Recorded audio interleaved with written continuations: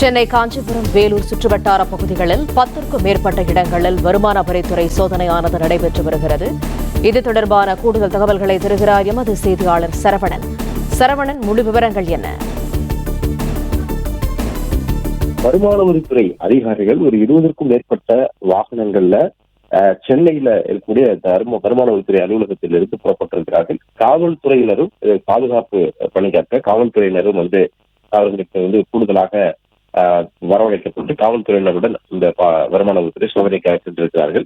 காஞ்சிபுரம் மற்றும் வேலூர் சுற்றுவட்டார பகுதிகளில் இந்த சோதனையை தொடங்கி இருப்பதாக கூறப்படுகிறது. சென்னையில ஈக்காட்டு தாங்கல் டிஃபென்ஸ் காலனி பகுதியில் இருக்கக்கூடிய ஒரு தனியார் நிறுவனத்திலும் இந்த சோதனை தொடங்கி இருக்கிறது. இன்டராக்ட் பில்டிங் என்ற ஒரு நிறுவனத்துல இந்த சோதனை நடத்தப்பட்டு வருகிறது.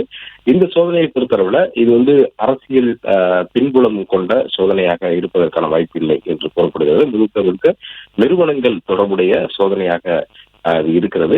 ஒரு 2 தினங்களுக்கு முன்புதான் அமலாக்கத்துறை முன்னாள் அமைச்சர் ஐபிஎஸ் தொடர்புடைய இடங்களில் எல்லாமே சோதனையை நடத்தினார்கள்.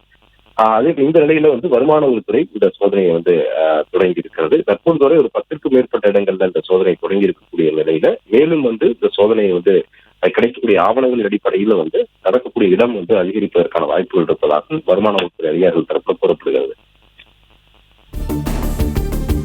தகவல்களுக்கு நன்றி சரவணன். பிளே ஸ்டோர் மற்றும் ஆப் ஸ்டோரில் இருந்து பாலிமர் செயலியை QR கோடு மூலம் பதிவிறக்கம் செய்யுங்கள். செய்திகளை உடனுக்குடன் பெறுங்கள்.